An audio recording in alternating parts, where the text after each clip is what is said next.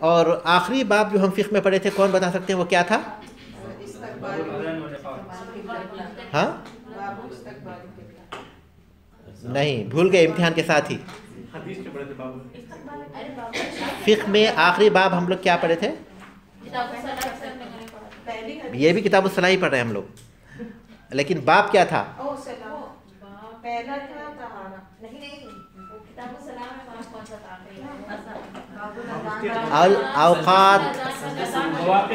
الاوقات المنہی عنہا الصلاۃ، وہ اوقات جن میں نماز پڑھنا منع ہے، یہ پڑھا تھا ہم نے.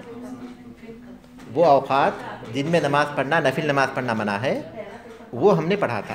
ٹھیک ہے، اب یہ باب الامامہ ہے. روا ابو مسعود البدری، میں ریڈنگ کر رہا ہوں. روا ابو مسعود البدری رضی اللہ عنہ ان رسول اللہ صلی اللہ علیہ وسلم قال یؤم القوم اقرأهم لکتاب اللہ فإن كانوا في القراءة سواء فأعلمهم بالسنة فإن كانوا في السنة سواء فأقدمهم هجرة فإن كانوا في الهجرة سواء فليؤمهم أكبرهم سنا ولا يؤمن الرجل في بيته ولا في سلطانه ولا يجلس على تكريمته إلا بإذنه. وقال لمالك بن الحويرث وصاحبه إذا حضرت الصلاة فليؤذن أحدكما وليؤمكما أكبركما وكانت قراءتهما متقاربة ولا تصح الصلاة خلف من صلاته فاسدة إلا لمن لم يعلم بحدث نفسه ولم يعلمه المأموم حتى سلم فإنه يعيد وحده ولا تصح خلف تارك ركن إلا إمام الحي إذا صلى جالسا لمرض يرجى برؤه فإنهم يصلون وراءه جلوسا إلا أن يبتدئها قائما ثم يعتل فيجلس فإنهم يأتمون وراءه قياما. ولا تصح إمامة المرأة ومن به سلس البول والأمي الذي لا يحسن الفاتحة أو يخل بحرف منها إلا بمثلهم. ولا يجوز ائتمام المتوضئ بالمتيمم ويجوز ائتمام المتوضئ بالمتيمم والمفترض بالمتنفل.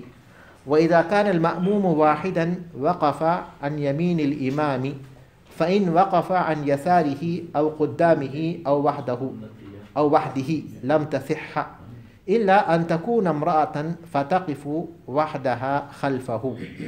وإن كانوا جماعة وقفوا خلفه فإن وقفوا عن يمينه أو عن جانبيه صح فإن وقفوا قدامه أو عن يساره لم تصح.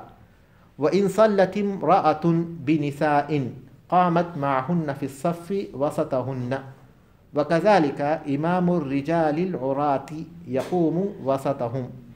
وإن اجتمع رجال وصبيان وخناثة ونساء قدم الرجال ثم الخناثة ثم النساء. یہاں ایک لفظ چھوٹ گیا، قدم الرجال ثم الصبيان الصبيان ہونا چاہیے، اوپر جو صبيان ہے نا لفظ یہاں ہونا چاہیے ثم کے بعد.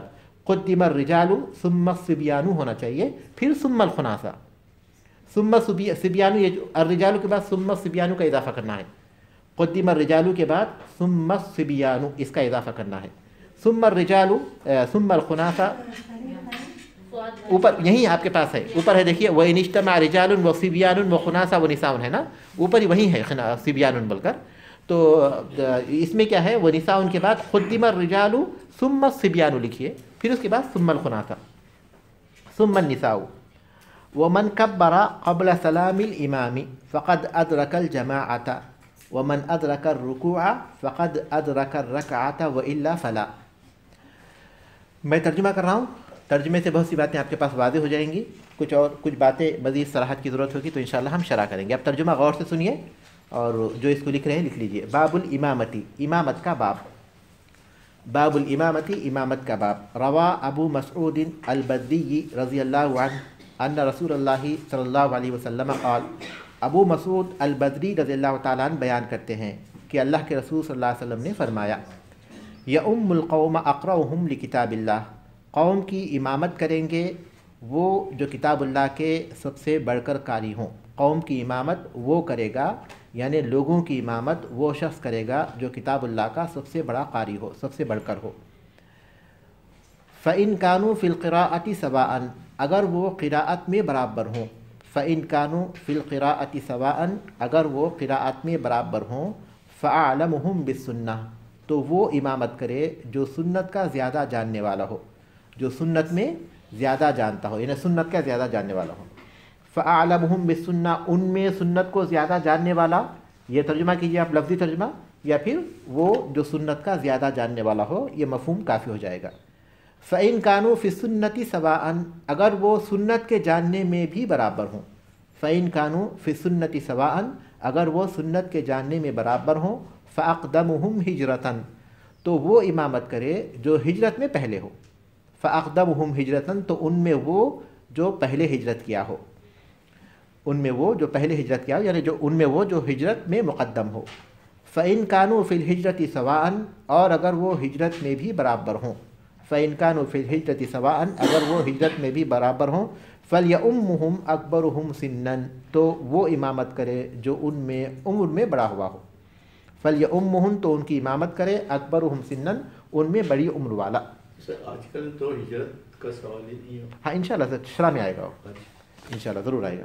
وَلَا يُؤَمَّنُ الرَّجُلُ فِي بَيْتِهِ، اور کسی شخص کی وَلَا يُؤَمَّنُ الرَّجُلُ فِي بَيْتِهِ، اور کسی شخص کی امامت نہیں کی جائے گی اس کے گھر میں، اور آدمی کی امامت نہیں کی جائے گی اس کے گھر میں. وَلَا فِي سُلْطَانِهِ، اور نہ ہی اس کی حکومت میں، اور نہ ہی اس کی حکومت میں، یعنی اس کے دائرے اختیار میں، ان مقامات میں جس میں وہ اختیار رکھتا ہے. میں شرح میں انشاءاللہ بتاؤں گا. وَلَا يَجْلِسُ عَلَىٰ تَكْرُمَتِهِ إِلَّا بِإِذْنِهِ، اور نہ بیٹھے اس کی عزت والی جگہ پر، عزت افزائی کی جگہ پر، جس پر وہ بیٹھتا ہے، جس مقام پر وہ بیٹھتا ہے، اس کی عزت افزائی والی جگہ پر. إِلَّا بِإِذْنِهِ، مگر اس کی اجازت سے. وَلَا يَجْلِسُ عَلَىٰ تَكْرِيمَتِهِ، اور اس کی عزت افزائی والی جگہ، یعنی اس کی عزت والی جگہ، تکریم والی جگہ نہ بیٹھے. إِلَّا بِإِذْنِهِ، مگر اس کی اجازت سے. وَقَالَ لِمَالِكِ بْنِ الْحُوَيْرِثِ وَصَاحِبِهِ، اور فرمایا، کس نے کہا؟ رسول اللہ صلی اللہ علیہ وسلم نے. وقال، اور رسول صلی اللہ علیہ وسلم نے کہا، لمالک ابن الحویرث، مالک ابن حویرث رضی اللہ تعالیٰ عنہ، وصاحبہ، اور ان کے ساتھی سے. رسول اکرم صلی اللہ علیہ وسلم نے مالک ابن حویرث اور ان کے ساتھی سے یہ بات کہی. کیا بات کہی؟ اذا حضرت الصلاۃ، جب نماز کا وقت ہو جائے، نماز حاضر ہو جائے یعنی وقت ہو جائے. فلیؤذن احدکما، تو تم دونوں میں سے کوئی اذان دے. وَلْيَؤُمُّكُمَا أَكْبَرُكُمَا، اور تم میں جو بڑی عمر والا ہے وہ امامت کرے. فَإِذَا حَضْرَتِ الصَّلَاةِ، جب نماز کا وقت ہو جائے. فَلْيُؤَذِّنْ أَحَدُكُمَا، تم دونوں میں سے کوئی اذان دے. وَلْيَؤُمُّكُمَا أَكْبَرُكُمَا، اور تم میں بڑی عمر والا امامت کرے. وَكَانَتْ قِرَاءَتُهُمَا مُتَقَارِبَةً، اور قراءت میں وہ قریب تھے، یعنی قراءت میں دونوں برابر تھے. وَكَانَتْ قِرَاءَتُهُمَا مُتَقَارِبَةً، اور ان دونوں کی قراءت، یعنی قراءت میں وہ دونوں برابر تھے، قرآن کی قراءت میں دونوں برابر تھے. یہاں ایک بات ہو گئی. اس کے بعد وَلَا تَصِحُّ الصَّلَاةُ خَلْفَ مَنْ صَلَاتُهُ فَاسِدَةٌ، اور نماز صحیح نہیں ہوگی اس شخص کے پیچھے جس کی نماز فاسد ہو، جس کی نماز فاسد ہو. نماز صحیح نہیں ہوتی. خلف من صلاتہ فاسدۃ، اس شخص کے پیچھے جس کی نماز فاسد ہو. الا لمن لم یعلم بحدث نفسہ، سوائے اس شخص کے جو اپنے حدث کا علم نہ رکھتا ہو، سوائے اس شخص سے جسے اپنے حدث کا علم نہ ہو، یعنی اسے علم نہ ہو کہ اس کو وضو نہیں ہے یا پھر اس پر غسل فرض ہے. ولا تصح الصلاۃ، اور نماز صحیح نہیں ہے. خلف من صلاتہ فاسدۃ، اس شخص کے پیچھے جس کی نماز فاسد ہے. الا لمن لم یعلم بحدث نفسہ، سوائے اس شخص کے جسے اپنے حدث کا علم نہ ہو. ولم یعلمہ المأموم، اور مقتدی کو بھی اس کا علم نہ ہو. ولم یعلمہ، اور نہ جانے اس کو، المأموم مقتدی، یعنی مقتدی کو بھی اس کا علم نہ ہو. حتی سلم، یہاں تک کہ وہ سلام پھیر دے. فإنہ، یعنی اس کو علم نہیں ہوا مقتدی کو، یہاں تک کہ سلام پھیرنے تک بھی مقتدی کو علم نہیں ہوا. ولا یعلمہ المأموم حتی سلم، اور معموم کو بھی اس کا علم نہیں ہوا، مقتدی کو بھی اس کا علم نہیں. حتی سلم، یہاں تک کہ اس نے سلام پھیر دیا. فإنہ یعید وحدہ، تو وہ اکیلا، یعنی نماز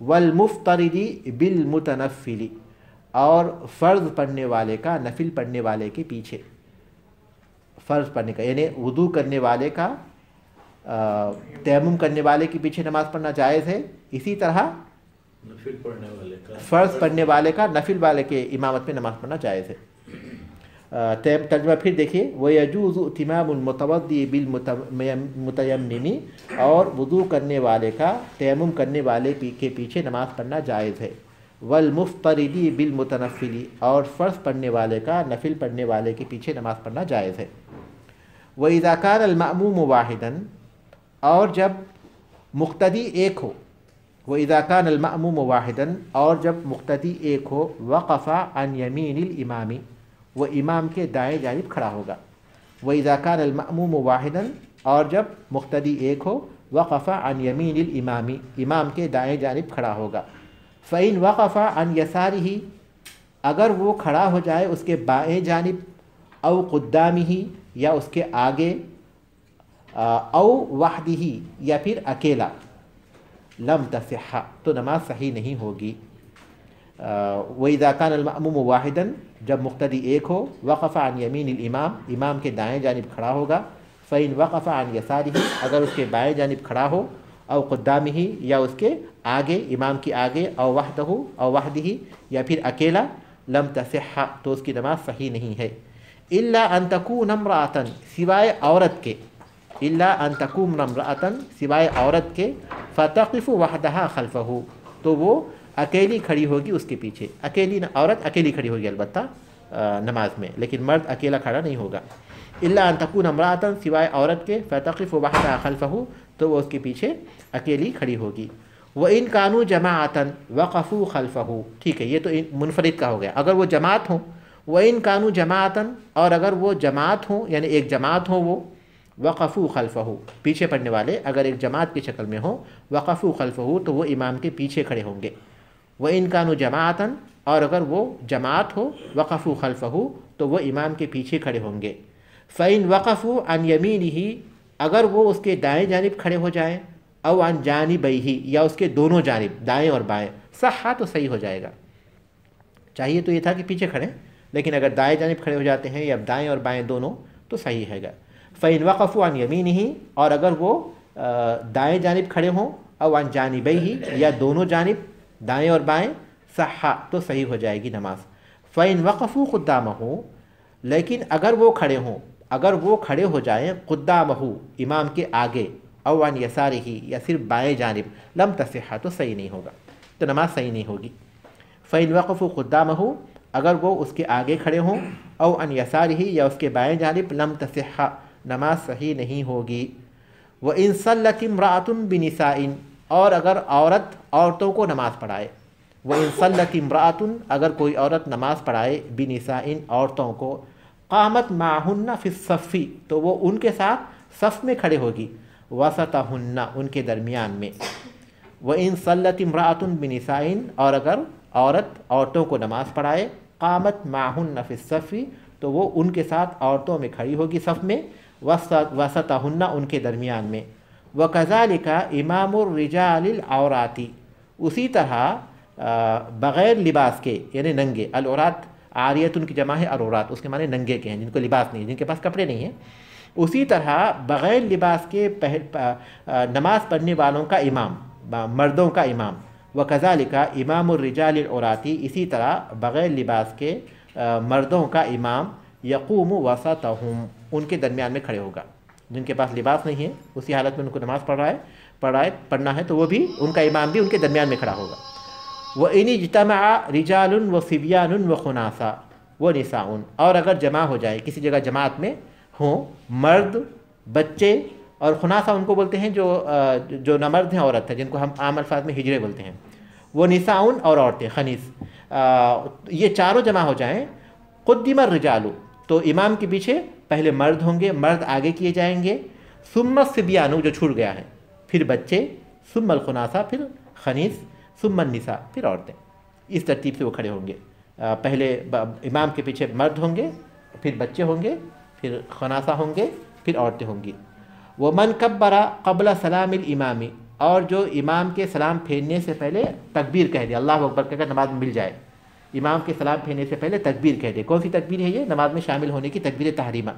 ومن کبرا، آپ مزید وضاحت کے لیے اس کو تکبیر تحریمہ لکھ لیجئے، اور جو تکبیر تحریمہ کہے قبل سلام الامامی، امام کے سلام سے پہلے، فقد ادرک الجماعت، تو اس نے جماعت کو پا لیا۔ ومن ادرک الرکوع، اور جس نے رکوع کو پا لیا، فقد ادرک الرکعۃ، تو اس نے رکعت کو پا لیا۔ وإلا فلا، ورنہ وہ نہیں پایا۔ وإلا فلا، ورنہ وہ نہیں پایا۔ ترجمہ واضح ہے؟ بس اس کی کہیں آخری والا بولے ذرا، آخری والا، ادرکا۔ ہاں ٹھیک ہے۔ ومن ادرک الرکوع، اور جس نے رکوع کو پا لیا، فقد ادرک الرکعۃ، اس نے رکعت کو پا لیا۔ وإلا فلا، ورنہ نہیں، ورنہ اس نے رکعت کو نہیں پایا۔ ٹھیک ہے، اس کے کچھ باتیں ہو سکتا شرح کی ضرورت ہو، انشاءاللہ نیکسٹ کلاس میں کریں گے۔ بس یہ جو بات بتائی تھی ہم نے کہ فرض پڑھنے والا نفل پڑھنے والے کے پیچھے، اس کو تھوڑا واضح کر دیں۔ مطلب یہ کہ اگر کوئی آدمی جو ہے نفل نماز پڑھ رہا ہے تو اس کے پیچھے کوئی شخص فرض نہیں پڑھا ہے تو وہ اس کے پیچھے پڑھ سکتا ہے۔ اس کو ہم ایسے کہہ سکتے ہیں کہ حضرت معاذ رضی اللہ تعالیٰ عنہ، اس کی دلیل جو ہے صحیح بخاری صحیح مسلم کی وہ حدیث ہے کہ معاذ رضی اللہ تعالیٰ عنہ اللہ کے رسول صلی اللہ علیہ وسلم کے پاس مسجد نبوی نماز پڑھتے تھے، آپ کے ساتھ مسجد نبوی میں نماز پڑھتے تھے، فرض نماز۔ اس کے بعد اپنے محلے میں جاتے اور وہاں لوگوں کو نماز پڑھاتے تھے۔ ظاہر ہے کہ آپ فرض تو پڑھ چکے ہوتے، تو محلے میں جا کر آپ نفل پڑھتے اور ان کے پیچھے جو ہے وہاں کے لوگ عشاء کی نماز پڑھ لیتے تھے۔ امامت کا باب۔ روا ابو مسعود البدری رضی اللہ عنہ قال، ابو مسعود البدری رضی اللہ تعالیٰ عنہ بیان کرتے ہیں ان رسول اللہ صلی اللہ علیہ وسلم قال، کہ رسول اکرم صلی اللہ علیہ وسلم نے کہا۔ امامت کا معلوم ہے، امام کہتے ہیں آگے رہنے والے کو، چونکہ نماز جو پڑھاتے ہیں وہ ظاہراً بھی آگے رہتے ہیں اور عملاً بھی لوگ ان کی اقتداء کرتے ہیں، تو اس حیثیت سے وہ امام کہلاتے ہیں۔ ابو مسعود اور البدری رضی اللہ تعالیٰ عنہ سے روایت ہے، وہ کہتے ہیں کہ رسول صلی اللہ علیہ وسلم نے فرمایا۔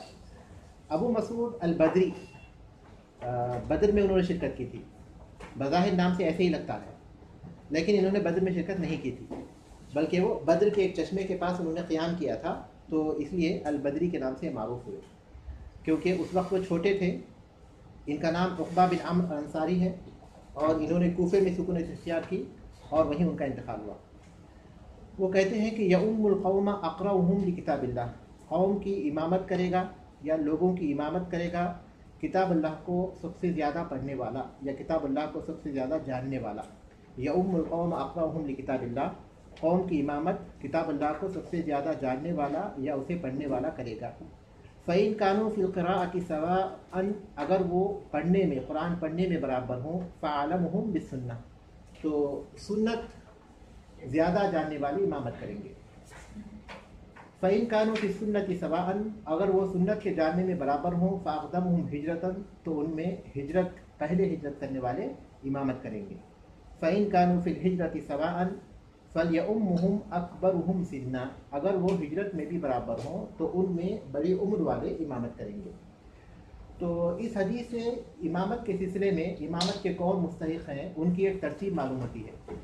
اس میں سب سے پہلے اس شخص کو مقام دیا گیا جس کی امامت کے لیے سخت ضرورت ہوتی ہے، وہ ہے قرآن کا عالم ہونا۔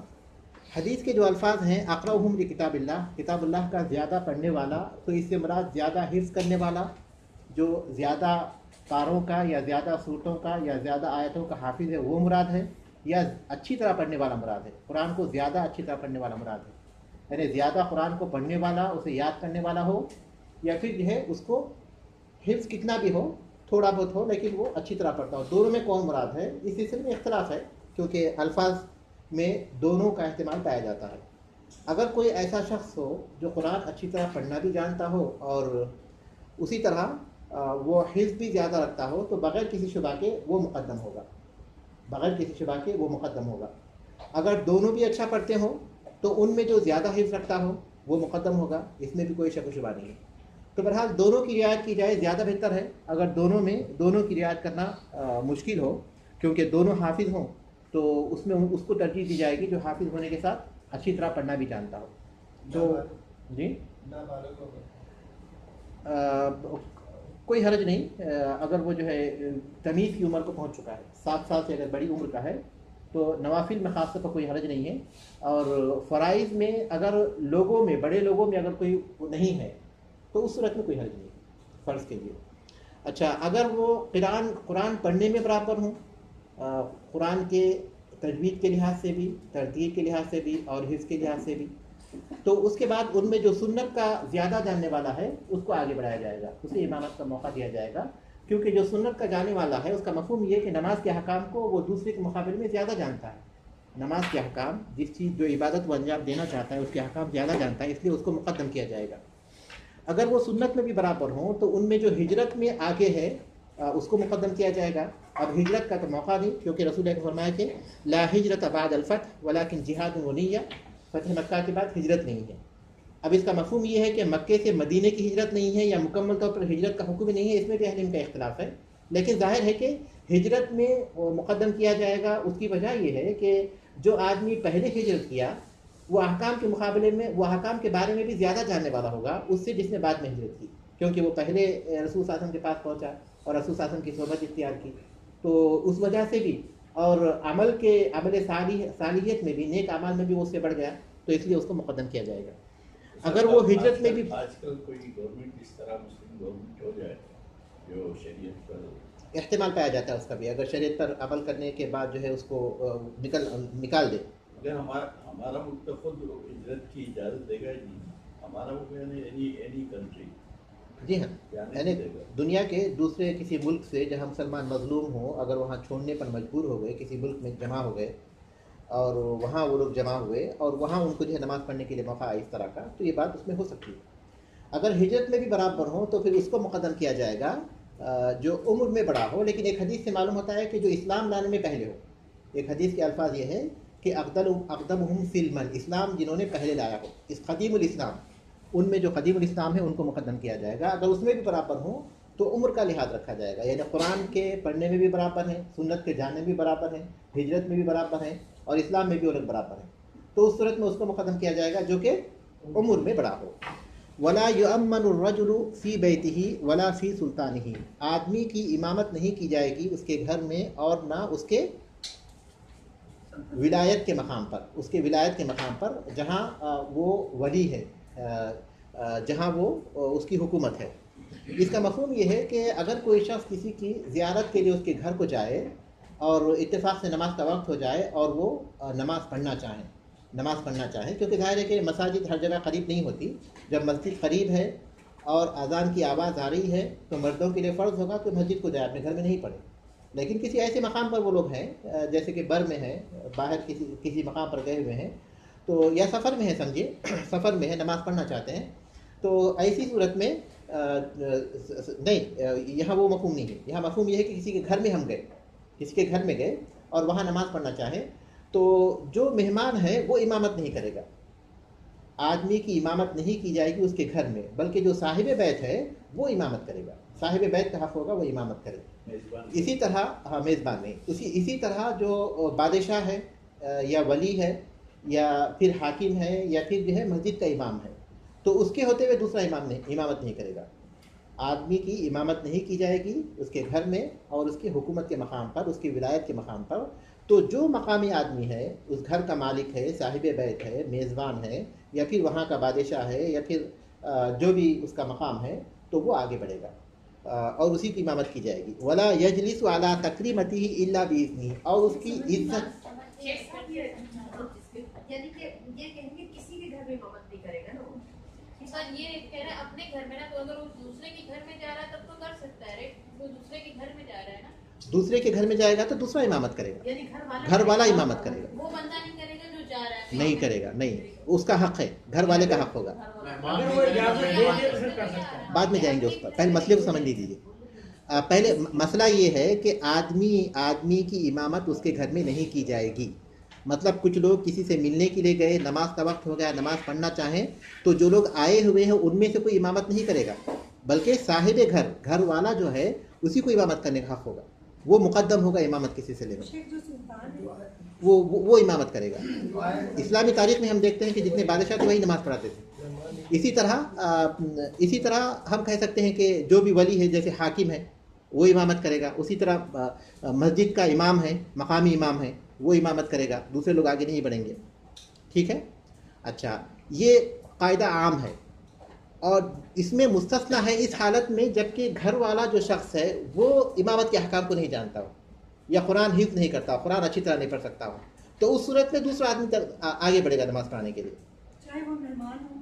چاہے وہ مہمان ہو, جب وہ قرآن کے جاننے میں اتنا جو ہے اتنا اچھا نہ ہو, یا پھر یہ کہ وہ اس کو اجازت دے, گھر والا اس کو اجازت دے, اس صورت میں اس کی اجازت دینے کی صورت میں وہ امامت کر سکے گا. اور دوسرا یہ کہ جو گھر والا ہے وہ قرآن کو اچھی طرح نہیں جانتا, تو اس صورت میں جو لوگ آئے ہوئے ہیں ان میں سے اچھی طرح جاننے والا امامت کرے گا. واضح ہے؟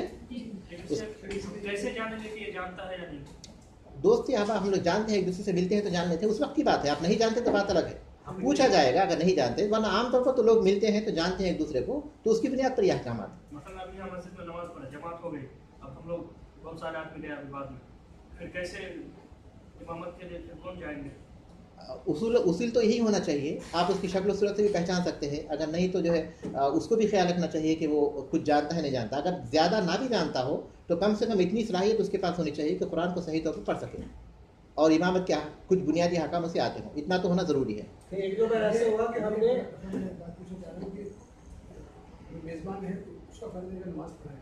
بالکل. اگر جو لوگ آئے ہیں مہمان, اس میں کوئی حاکم ہے یا کوئی امام ہے کسی مسجد کا یا بادشاہ ہے, اس صورت میں کیا ہوگا؟ دیکھیے تب بھی جو ہے میزبان کا یہ حق ہے, الا یہ کہ وہ کوئی عالم ہے تو اپنے وہ اچھی طرح وہ اس سے زیادہ عالم ہے اور وہ اس کو اجازت دے. اگر وہ کم عالم بھی ہے میزبان لیکن قرآن اچھی طرح پڑھ سکتا ہے تو اسی کا حق ہے, اسی کا حق ہے, کیونکہ اپنے گھر کی بات ہے. یہاں جو ہے پھر امامت کے اصول کی بات نہیں ہے, بلکہ گھر والا جو ہے وہ مستحق ہے اگر وہ احکام کو اتنا جانتا ہو کہ صحیح طور پر پڑھا سکے, اگرچہ کہ اس سے بڑے عالم موجود کیوں نہ ہو, اگرچہ کہ اس سے بڑے عالم کیوں موجود نہ ہو, الا یہ کہ وہ اجازت دے.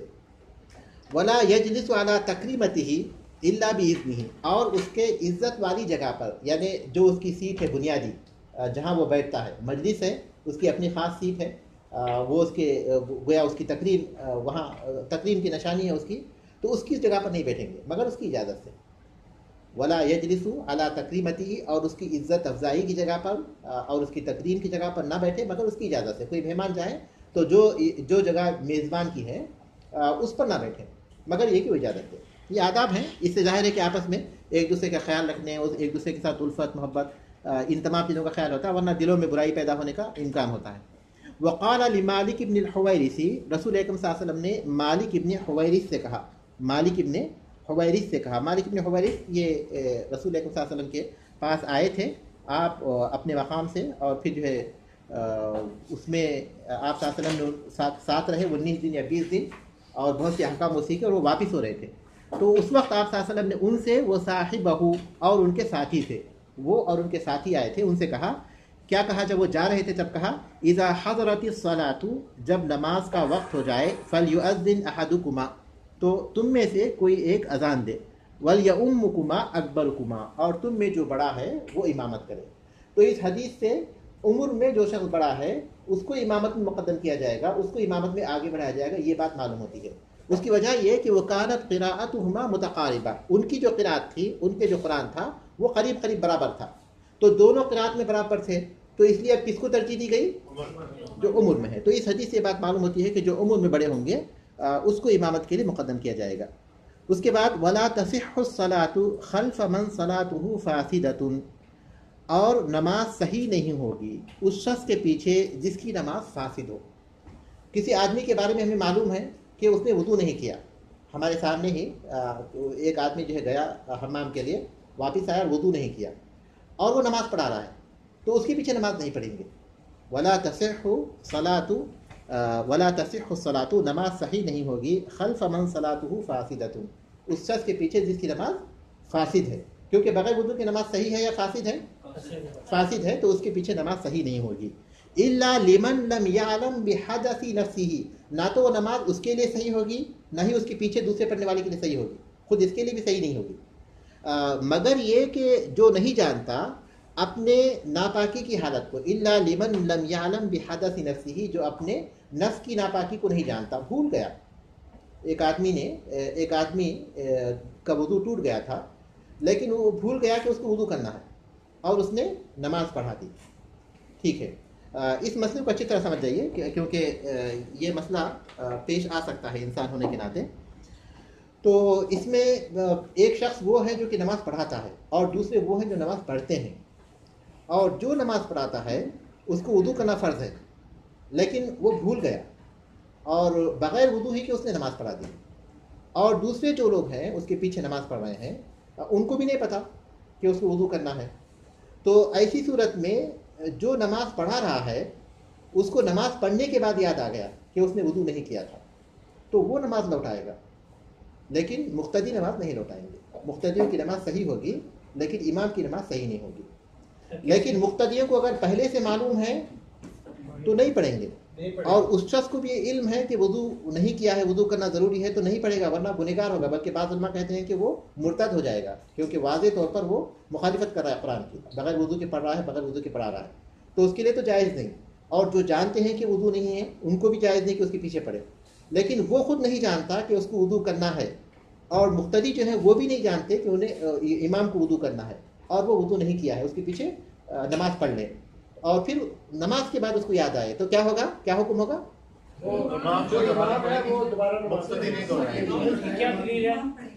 علی بن طالب رضی اللہ تعالیٰ، حضرت عمر بن خطاب رضی اللہ تعالیٰ نے ایک بار جنوبی ہونے کی حالت میں نماز پڑھا دی. نماز کے بعد لوگوں کو بتایا تو لوگوں نے نماز نہیں لوٹائی، انہوں نے غسل کرنے کے بعد نماز لوٹائی. اور یہی ایسا ہی ایک واقعہ عثمان رضی اللہ تعالیٰ کے تعلق سے بھی ہے. تو یہ خلفائے راشدین کا عمل ہے جس سے بات معلوم ہوتی ہے کہ ان کا جو عمل ہے وہ باطل ہوگا، لیکن جو پیچھے کے لوگ پیچھے اس کے پیچھے پڑے ان کا عمل باطل نہیں ہوگا کیونکہ اس میں ان کا کوئی قصور نہیں ہے. اسی طرح اللہ کے رسول صلی اللہ علیہ وسلم نے ایک مرتبہ مسجد کو آئے، اقامت دی گئی، آپ صلی اللہ علیہ وسلم مصلی پر پہنچے، لوگوں کی صفوں کو درست کیا، اس کے بعد آپ کو یاد آیا کہ آپ کو غسل کرنا ہے. تو آپ صلی اللہ علیہ وسلم نے کہا، صحیح بخاری کی حدیث ہے، آپ صلی اللہ علیہ وسلم نے کہا کہ تم اپنی جگہوں پر کھڑے رہو. پھر آپ صلی اللہ علیہ وسلم اپنے گھر گئے، آپ نے غسل کیا، آپ کے سر سے پانی کے قطرے ٹپک رہے تھے، اور اس کے بعد آپ صلی اللہ علیہ وسلم نے تکبیر کہی اور نماز شروع کی. تو نسیان ہو سکتا ہے انسان سے، تو لیکن اگر وہ نماز پڑھا دیں جیسے کہ عمر بن خطاب رضی اللہ عنہ نے نماز پڑھا دی تھی تو اس صورت میں ان کی نماز نہیں ہوگی لیکن پیچھے والوں کی نماز ہو جائے گی. جی کچھ پوچھ رہے تھے؟ ہو گیا؟ ٹھیک ہے. اس میں ایک حدیث بھی ہے وہ اس بات کو واضح کرتی ہے. یصلون لکم، وہ تمہارے لیے نماز پڑھاتے ہیں. یہ حدیث جو ہے بخاری کی ہے. یصلون لکم فإن اصابوا فلکم ولہم، وہ تمہارے لیے نماز پڑھاتے ہیں، امامت کرتے ہیں. اگر وہ ٹھیک طور پر نماز پڑھائیں تو ان کو بھی اس میں فائدہ ہوگا، یعنی ثواب ملے گا، ان کی نماز بھی ہو جائے گی اور تمہاری نماز بھی ہو جائے گی. اس کے بعد وإن اخطأوا فلکم وعلیہم، لیکن اگر وہ غلطی کریں تو تمہاری نماز تو ہو جائے گی لیکن ان کی نہیں ہوگی. فلکم تمہارے لیے ہے، ان کے خلاف ہے. اس کا مطلب ہے کہ تمہارا عمل تو صحیح ہے لیکن ان کا عمل صحیح نہیں ہے. ٹھیک ہے، واضح ہے نا؟ کہاں پہنچے؟ ابھی میں ترجمے پر آؤں گا تو پتہ چلے گا. ولا تصح الصلاۃ، تو اب عبارت کو دیکھیے. ولا تصح الصلاۃ، نماز صحیح نہیں ہوگی. خلف من صلاته فاسدۃ، اس شخص کے پیچھے جس کی نماز فاسد ہے. الا لمن لم يعلم بحدث نفسه، سوائے اس شخص کے جو اپنے بے وضو ہونے کو، اپنے محدث ہونے کو، اپنے بے وضو ہونے کو نہیں جانتا ہو. ولم يعلمه المأموم، اور مقتدی بھی نہ جانتا ہو اس کو. ولم يعلمه المأموم، اور مقتدی بھی نہ جانتا ہو. حتی سلم، یہاں تک کہ اس نے سلام پھیر دیا. کس نے؟ امام نے. فإنه يعيد وحده، تو وہ اکیلا نماز کو لوٹائے گا. مطلب ہے کہ مقتدی کیا کریں گے؟ نماز نہیں لوٹائیں گے. اس کے ہمارے پاس شرعی دلائل بھی ہیں اور عقلاً بھی یہ بات صحیح ہے کیونکہ جب مقتدیوں کا اس میں کوئی قصور نہیں ہے تو ان کو نماز لوٹانے کی ضرورت بھی نہیں ہے. ولا تصح خلف تارک رکن، اور نماز صحیح نہیں ہے کسی رکن چھوڑنے والے کے پیچھے. ایک آدمی بیمار ہے اور وہ بیٹھ کر نماز پڑھ رہا ہے. قیام نماز میں رکن ہے یا واجب ہے یا سنت ہے؟ فرض نماز میں رکن ہے. بیٹھ کر نماز نہیں ہوگی اگر طاقت رکھتے ہیں کھڑے ہونے کی. تو کوئی آدمی ہے جو کہ بیمار ہے اور اس کے لیے وہ بیٹھ کر نماز پڑھ رہا ہے، تو جو صحت مند ہے وہ ایک رکن چھوڑا ہوا ہے نا، تو کہہ رہے ہیں کہ کسی رکن کو چھوڑنے والے کے پیچھے نماز نہیں ہوگی، لوگ نماز نہیں پڑھیں گے اس کے پیچھے. لیکن ایک حالت کو مستثنیٰ کر رہے ہیں، وہ اپنے طور پر نماز پڑھے گا، دوسرے لوگ اپنے طور پر نماز پڑھیں گے، یا پھر جو ہے دوسرے لوگ اپنی جماعت بنائیں گے، کیونکہ اس کو ایک رکن چھوڑ رہا ہے، اگرچہ کہ عذر کی وجہ سے ہے چھوڑ رہا ہے.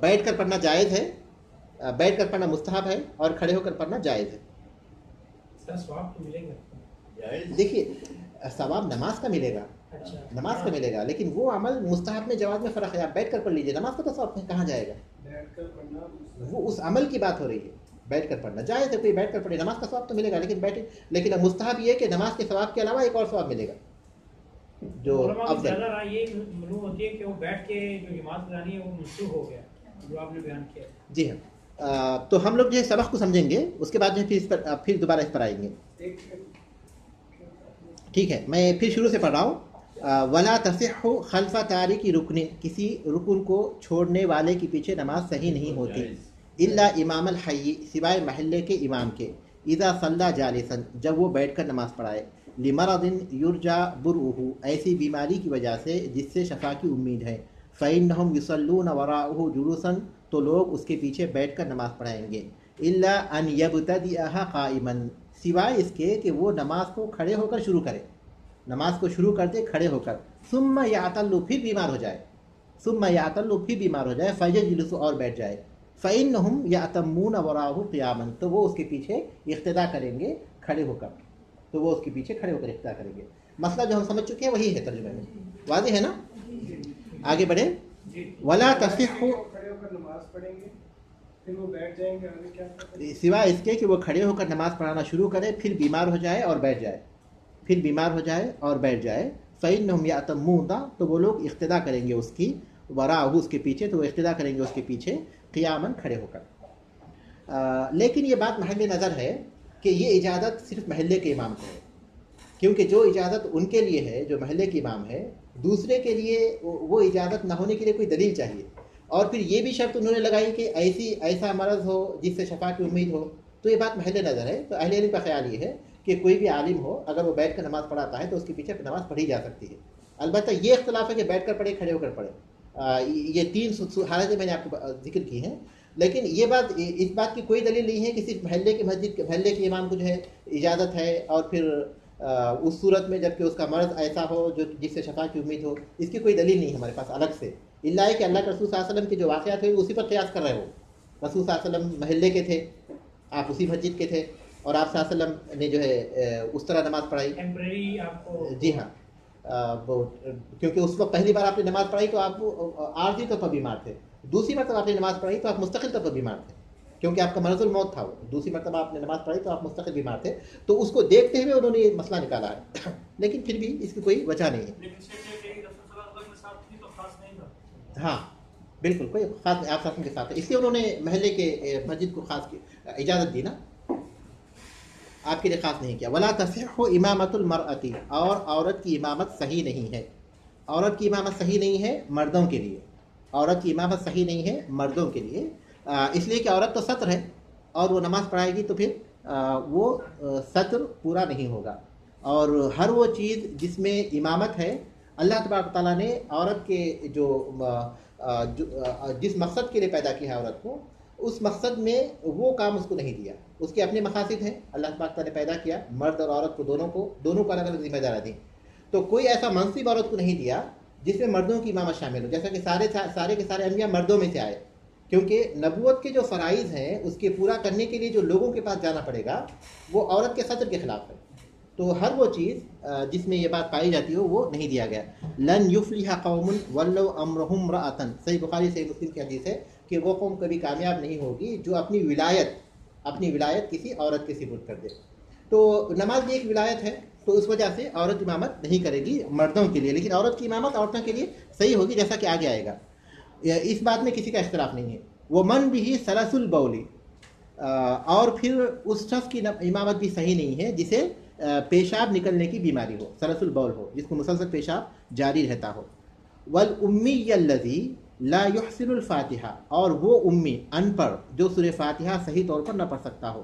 او یخل بحرف منہا, یا کسی حرف میں خلل کرتا ہو. الا بمثلہم, مگر ان جیسے لوگوں کے لیے. کوئی عورت کی امامت عورت کے لیے جائز ہے, اور جس کو سلس البول ہے, پیشاب جاری رہتا ہے, تو وہ ان لوگوں کی امامت کر سکتا ہے جن کو سلس البول ہے. کیونکہ جس آدمی کو پیشاب جاری ہے اس نے وضو کیا تو اس کو طہارت کامل حاصل نہیں ہوئی, کیونکہ وضو کرنے کے باوجود بھی پیشاب تو جاری ہے. لیکن اس کے لیے نماز مباح کی گئی، صرف اس کے لیے وضو کرنے کے بعد نماز پڑھنا مباح ہو جاتا ہے، طہارت تو نہیں ہوتی اس کی، نماز پڑھنا مباح ہو جاتا ہے. تو ایسی صورت میں وہ ان کی امامت نہیں کر سکتا جن کو وہ بیماری نہیں ہے. اور اسی طرح وہ امی جو سورہ فاتحہ پڑھنا نہیں جانتا، لیکن یہ بات بھی محل نظر ہے، یہ بات بھی محل نظر ہے، کیونکہ وہ نماز جب ان کے لیے صحیح ہے تو دوسروں کے لیے صحیح کیوں نہیں ہوگی؟ یہ بات اہل علم کا خیال ہے.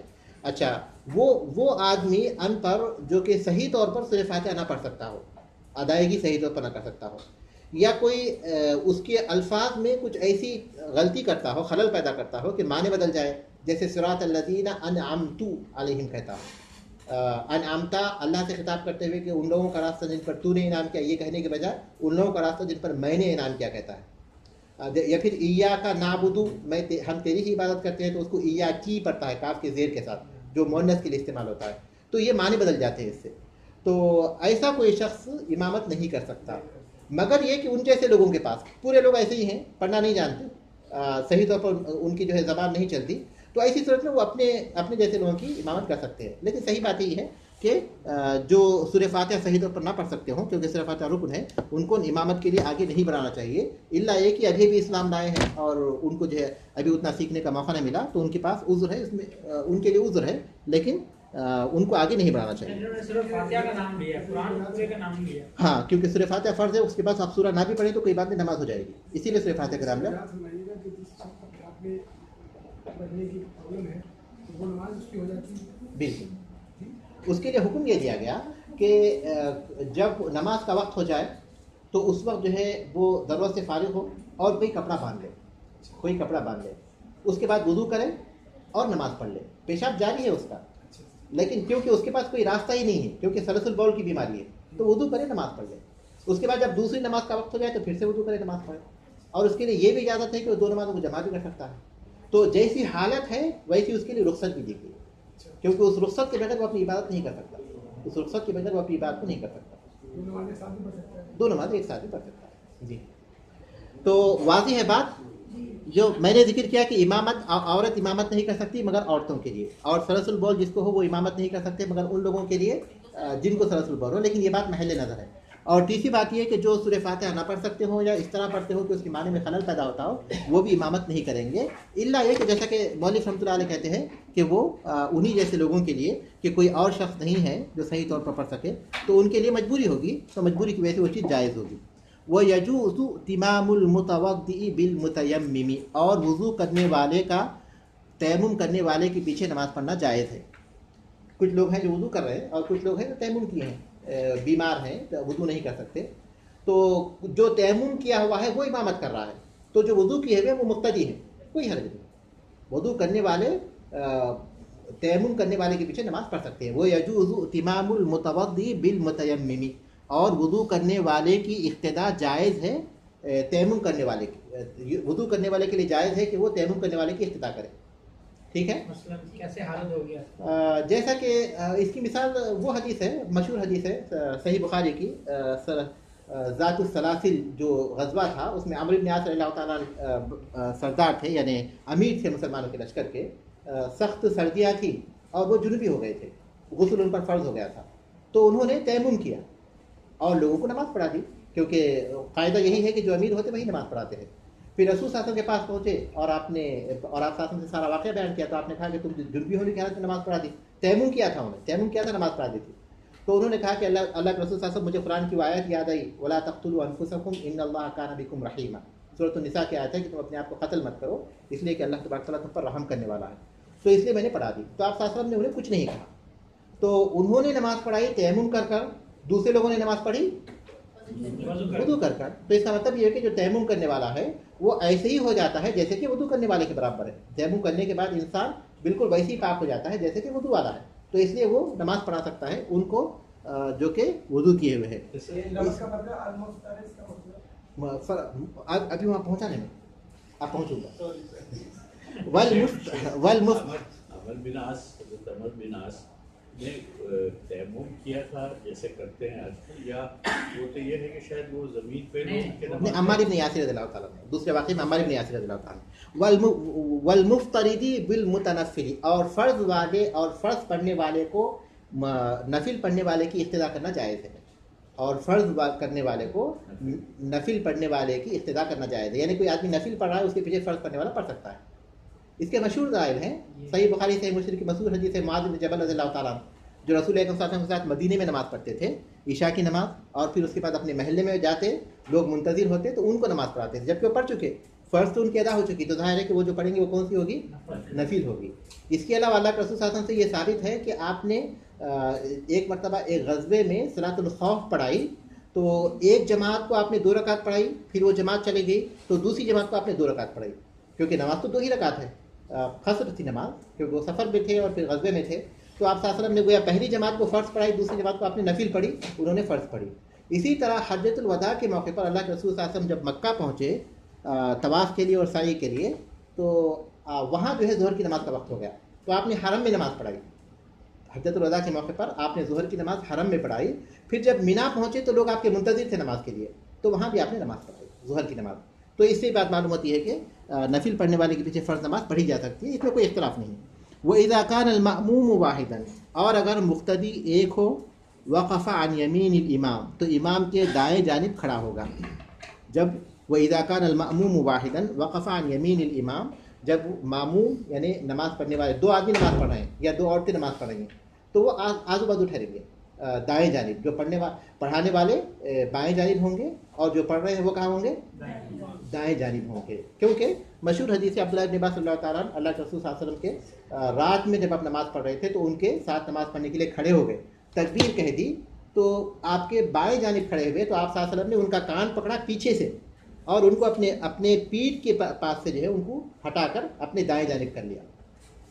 تو اس سے بات معلوم ہوتی ہے کہ اتنی حرکت جائز ہے, نماز میں اتنی حرکت جائز ہے, اور یہ بھی جائز ہے کہ نماز کی مصلحت کے تحت آدمی اتنی حرکت کر سکتا ہے. اور یہ بات بھی معلوم ہوتی ہے کہ ایک نماز پڑھے گا امام کے ساتھ تو وہ کیا کرے گا, دائیں جانب کھڑا ہوگا, دائیں جانب کھڑا ہوگا. ضروری ہے کہ امام کچھ آگے کھڑا ہو, نہیں, ساتھ میں کھڑے ہونا چاہیے, ساتھ میں. بعض لوگ پیچھے کھڑتے ہیں. جی دیکھیے ان کو بس آپ صلی اللہ علیہ وسلم جب ہاتھ کرے تو وہی قریب تھے. جو چیز کان پکڑنا ضروری نہیں, آپ ہاتھ پکڑیے. جی اس کے بعد جو ہے فَإِنْ وَقَفَ عَنْ يَسَارِهِ, اور اگر وہ اس کے بائیں جانب کھڑا ہو, اگر ایک جو نماز پڑھ رہا ہے وہ مقتدی, وہ اس کے بائیں جانب کھڑا ہو جائے. کس کے بائیں جانب, امام کے. او قدامہ, یا اس کے آگے. او وحدہ, یا اکیلا اس کے پیچھے. امام کے بائیں جانب کھڑا ہو یا اس کے آگے کھڑا ہو جائے یا اس کے پیچھے کھڑا جائے, کہتے ہیں کہ لم تصح, نماز صحیح نہیں ہوتی. صحیح نہ ہونے سے مراد نہیں, نماز نہیں ہوگی, نماز لوٹانا ہوگا. ٹھیک ہے, صحیح نہیں ہوگی نا. اچھا, اس میں جہاں تک بائیں جانب کھڑے ہو کر نماز پڑھنے کی بات ہے تو مولوی رحمۃ اللہ علیہ کہتے ہیں کہ صحیح نہیں ہوتی. اس پر نظر ہے, فی نظر, کیونکہ یہ بات محل نظر ہے. اس لیے کہ عبداللہ ابن عباس اللہ تعالیٰ جب رسول اللہ صلی اللہ علیہ وسلم کے پاس آئے تھے تو کہاں کھڑے ہوئے تھے, بائیں جانب, اور تکبیر انہوں نے کہہ دی تھی. رسول صلی اللہ علیہ وسلم نے ان کو اپنے دائیں جانب کر لیا, لیکن دوبارہ پھر سے تکبیر کہنے کے لیے نہیں کہا. جو نماز کا حصہ ان کا گزر چکا تھا اس کو لوٹانے کے لیے نہیں کہا. تو اس کا مطلب یہ کہ وہ نماز ان کی ہو گئی, کیونکہ اگر وہ نماز نہیں ہوتی تو ضروری تھا کہ عبداللہ ابن عباس صلی اللہ علیہ وسلم کیا کرتے, دوبارہ تکبیر کہتے. تو یہ اس بات کی دلیل ہے کہ اگر کوئی بائیں جانب نماز پڑھے گا تو نماز ہو جائے گی, لیکن یہ مکروہ ہے, مناسب نہیں ہے. اگر کوئی علم ہی نہیں ہے, اس نے بائیں